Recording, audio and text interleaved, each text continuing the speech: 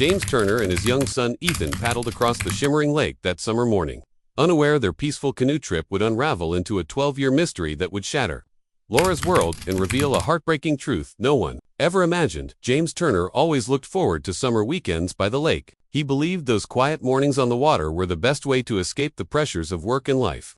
The lake sat hidden behind a row of pine trees at the edge of town, calm and shimmering like glass on a sunny day. Locals called it Willow Lake, and they often spoke of its deep, mysterious water that seemed to hold secrets in its dark depths. That Saturday morning felt different to James. He had been unusually restless all week and wanted to spend time with his son, Ethan, who had just turned 10. Ethan had grown fast, curious about the world, and always ready for adventure. James thought a canoe trip would be the perfect way to bond and forget the noise of everyday life for a few hours. Laura, James's wife, stood at the front door and watched them prepare. She packed sandwiches, juice boxes, and Ethan's favorite, chocolate chip cookies into a small bag. James gave her a quick wave and assured her they would return by sunset. Ethan grinned, proudly wearing a bright orange life jacket that seemed too big for his small shoulders. As they carried the canoe to the water's edge, the morning sun lit up the lake like a sheet of silver. James pushed the canoe into the water, then helped Ethan climb in. Neighbors nearby waved and some snapped photos, happy to see such a touching father-son moment. James climbed in after Ethan, picked up the wooden paddles, and began to push them away from the shore.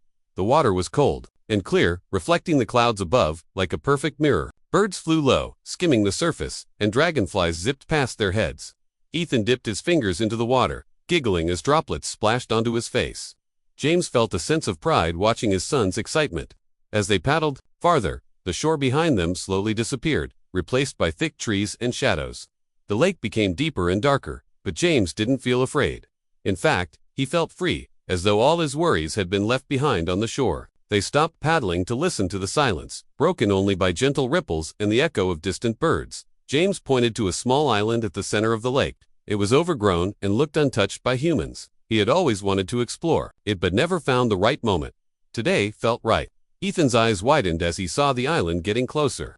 James paddled harder, determined to reach it before lunchtime. As they approached, James noticed the island was covered in wildflowers and old, twisted trees. It looked like a scene from a dream. They pulled the canoe onto a narrow strip of sand and stepped onto the soft earth. Ethan ran around, chasing butterflies and collecting shiny stones. James sat on a fallen log, breathing deeply, feeling at peace for the first time in years. They ate their sandwiches and shared the cookies. James watched Ethan, trying to capture every detail of his laughter and curiosity. He thought about the many mistakes he had made in life, the debts piling up, the constant fear of failure. In that quiet moment, with only his son and the gentle sounds of nature around him, he allowed himself to forget everything else. After lunch, they decided to paddle around the island before heading home. The wind started to pick up, creating small waves that rocked the canoe gently. James didn't feel worried. He believed he knew the lake better than anyone. But as they moved farther from the island, dark clouds began to gather above the trees. Thunder rumbled in the distance, and the wind pushed harder against their canoe. James tried to paddle back quickly, but the water turned restless and choppy. Ethan clutched the sides, his eyes wide with fear. The canoe tilted dangerously with every strong gust, water splashing inside. Then, as if in slow motion, the canoe flipped over. James and Ethan plunged into the icy lake. The canoe floated away, leaving only ripples behind.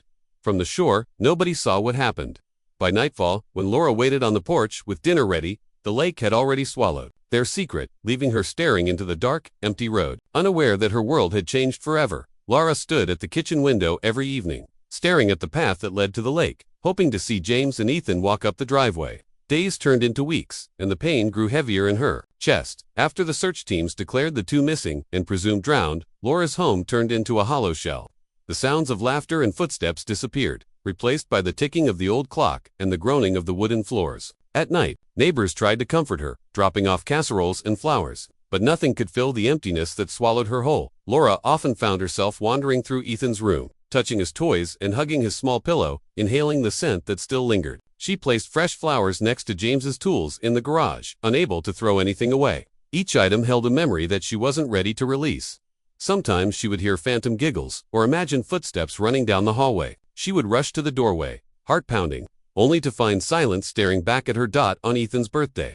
Laura baked a chocolate cake and set out 2 plates, one for him and one for James. She sang softly, her voice breaking with each word. After blowing out the candles herself, she sat at the table for hours, staring at the untouched slices. Night after night, She replayed the last morning she saw them. Ethan's excited face, James's confident smile. She wondered if she had missed a sign, something that could have warned her. Months dragged on, and the sympathy cards stopped coming. Friends and neighbors went back to their routines, while Laura felt trapped in the same day over and over again. She tried to go back to work at the local library, but every book reminded her of the bedtime stories James used to read to Ethan.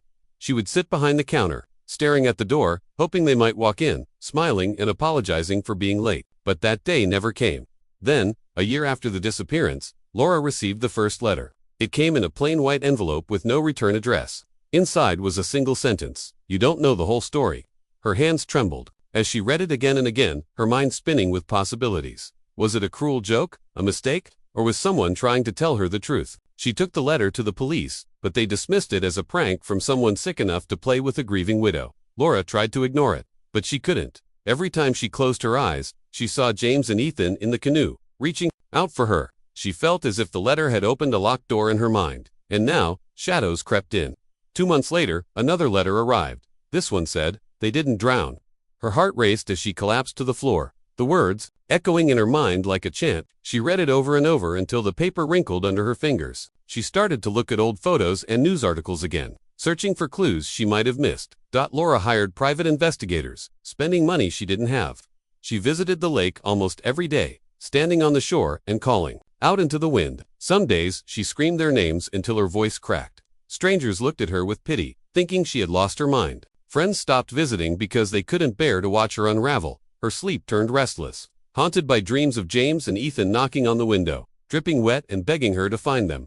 The letters kept coming, each more cryptic than the last. Sometimes they contained fragments of maps, torn pieces of photographs, or single words like hide and run. Laura pinned them on her bedroom wall, creating a web of theories that took over her life.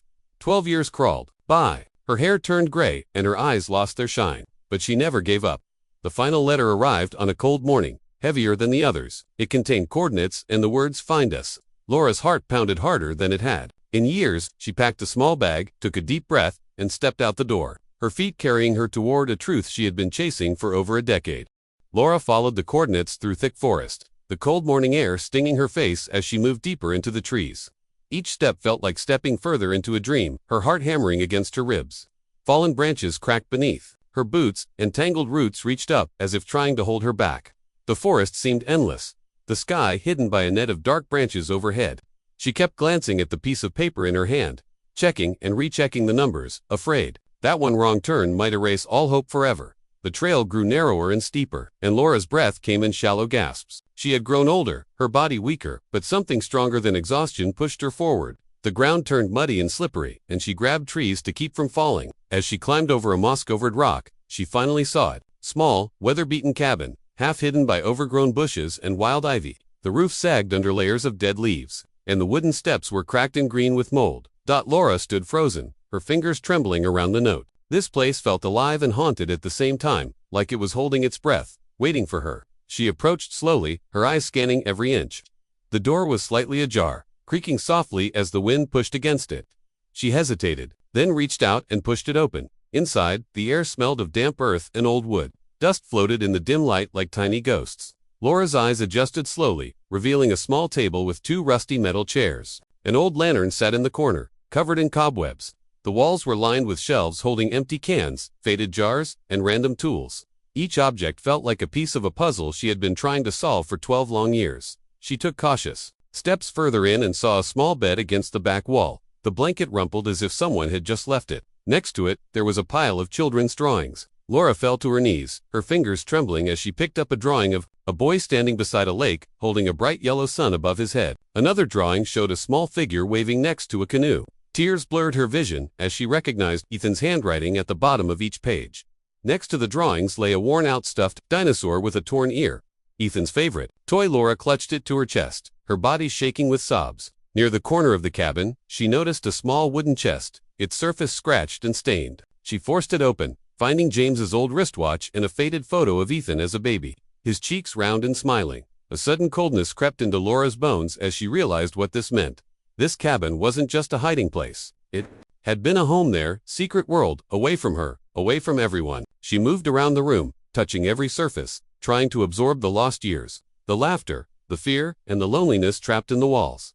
she found a pile of tattered notebooks under the bed. The pages were filled with James's handwriting, chaotic and shaky. One page read about the first winter, how they nearly starved, how Ethan missed his mother. Another page described the fear of being discovered, how they never stayed in one place for long. Laura felt the words stab at her heart as she turned each page, the truth becoming sharper with every line. The journals revealed that James had planned this disappearance for months. Before the canoe trip, he had bought supplies, studied maps, and marked safe spots to hide. Laura realized that James had been living in a different world long before that final morning on the lake. He hadn't drowned. He had chosen to vanish, dragging Ethan into a life of shadows and secrecy. Laura sat on the floor of the cabin, the stuffed dinosaur beside her, the notebooks spread around like fallen leaves, the silence pressed on her chest, heavy and unyielding. She understood now that James had betrayed not only her but also their son, stealing years that could never be returned. In that moment, the forest outside seemed to breathe with her grief, the trees swaying as if mourning alongside her. She knew she could never see the world the same way again, and yet, she had finally found the place that held all the answers. She had chased for 12 long, lonely years. Laura stumbled out of the cabin, as if waking from a nightmare she couldn't escape. The forest around her seemed to shift and twist in the dim light, every shadow suddenly alive. The journals in her hands felt like they weighed 1,000 pounds, filled with secrets she never wanted to know. Each step away from the cabin dragged her deeper into a reality she had been denying for 12 years. The cold air bit at her skin, but she barely noticed. Her mind lost in the swirl of James's words, the confessions scrawled in trembling ink. When she finally reached town, she handed everything to the police. Officers took the journals and the coordinates, promising to investigate. Laura watched them load the evidence into their cars, her hands numb and her eyes distant. She knew the story wasn't over. In a small interview room at the police station, Laura sat under the harsh glare of a single light. The detectives flipped through the pages with growing horror, their faces tightening as they read about James's plans and the years he spent hiding. James had carefully documented everything. The debts from failed business deals, the threats from dangerous people he owed money to, and his fear of losing Ethan to what he described as a corrupt world. In one entry, he wrote about the day he decided to disappear, how he watched Laura sleeping and believed he was saving their son by taking him away. His words dripped with paranoia and desperation, painting a picture of a man cornered by his own fears. The journals described their early days in hiding, living on the edge of the lake, always listening for footsteps or boat motors. James taught Ethan how to fish, how to stay silent in the woods, and how to avoid being seen. Over time, they moved deeper into the forest, building the hidden cabin where they could disappear completely. They scavenged food, collected rainwater, and sometimes snuck into nearby towns at night for supplies. As Laura read through the police transcripts later, she learned about Ethan's final years. James had tried to keep Ethan happy, but the boy grew lonely and sick. One particularly harsh winter, Ethan caught a fever that wouldn't break. The nearest town was too far, and James was too afraid to risk exposure. In the journals, James described holding Ethan as he struggled to breathe, promising they would see Laura again one day. Ethan died in the small bed inside that dark cabin, surrounded by cold walls and his father's helplessness. After burying Ethan in a shallow grave near the cabin, James wrote that he felt utterly alone. The guilt of stealing his son's life and the weight of his own choices crushed him. Over the next few years, James continued writing, his entries becoming shorter and more fragmented. His final pages were filled with scribbled apologies to Laura, to Ethan, and even to himself. He wrote about hearing Ethan's voice in the wind and seeing his face in the trees. Finally, in his last entry, James described preparing a rope and choosing the tallest tree near Ethan's grave. He said he wanted to be close to his son in the only way he knew how. Police followed the journals to the burial site. They found a small wooden marker with Ethan's initials carved by hand. The grave was shallow and covered in moss, as if the forest had tried to hide it from the world. Nearby, they found James's remains hanging from an old tree, a silent witness to his final act of despair. The town erupted in shock as the truth spread. Neighbors who once believed in a tragic drowning now faced a story of betrayal and sorrow they could never have imagined. Laura watched it all unfold like a distant storm, her emotions a mix of rage, heartbreak, and a strange, cold relief. She arranged for both bodies to be brought home and held a quiet service. As she stood beside the two simple coffins, she felt a deep ache in her bones, a pain too deep for tears. The truth had finally come to her doorstep, a truth more horrifying and tragic than any story she had told herself during those long years alone. Now, all she could do was say goodbye. On the day of the memorial, a gray sky hung heavy over the small cemetery, as if the heavens themselves mourned the weight of what had been uncovered. Laura stood beside two modest wooden coffins, one much smaller than the other. She felt a hollowness inside her that no words or prayers could fill. After 12 long years of endless questions, wild theories, and desperate hopes, she finally faced the quiet finality of truth. The people who gathered watched in hushed silence, unsure how to comfort her or even understand the depth of her loss. Laura placed a small stuffed dinosaur on Ethan's coffin, the same one she had found in the cabin. Its torn ear and faded color spoke of love and loneliness, of a child forced to grow up in the shadows. She ran her fingers gently over the rough wood, her mind replaying every birthday missed, every bedtime story never told, every morning when she woke up believing Ethan would come bounding into her room. Each memory struck her like a blade, sharp and cold, cutting deeper than any wound she could imagine. The priest spoke softly about forgiveness and peace, but Laura heard none of it.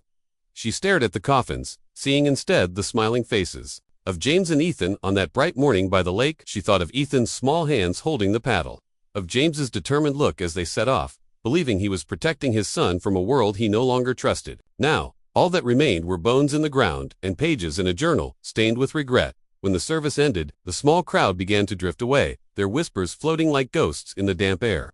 Laura stayed behind, her feet rooted to the earth. She closed her eyes and listened to the soft rustling of leaves, imagining it was Ethan's laughter echoing one last time. She knew that the secrets of that lake, the hidden cabin, and the twisted path James had chosen would haunt her forever. But in this moment, she also felt an unexpected sense of release. As if the heavy chain around her spirit had finally snapped, Laura returned home to a house that felt both familiar and foreign.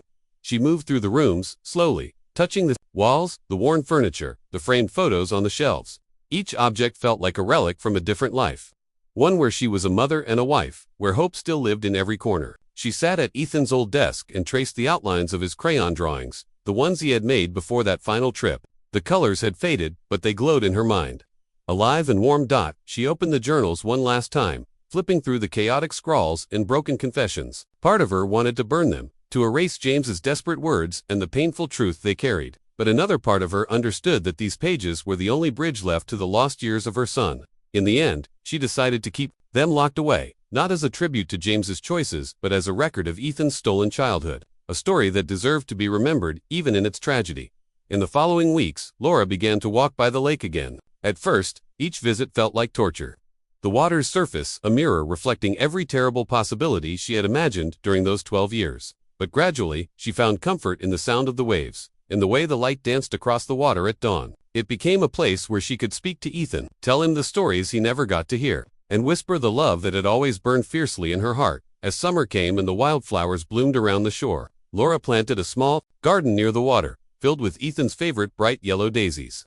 She watched them sway in the breeze, a quiet, living memorial to a boy who should have been there to run among them. Laura knew she would never be whole again, and the ache of loss would follow her like a shadow for the rest of her life. But the truth, as cruel as it was, had freed her from the endless maze of not knowing. In the space where grief and love tangled together, she found a fragile peace. It wasn't the ending she had prayed for, but it was the only one left. And as she stood at the edge of the lake, feeling the sun warm her skin, she finally allowed herself to breathe.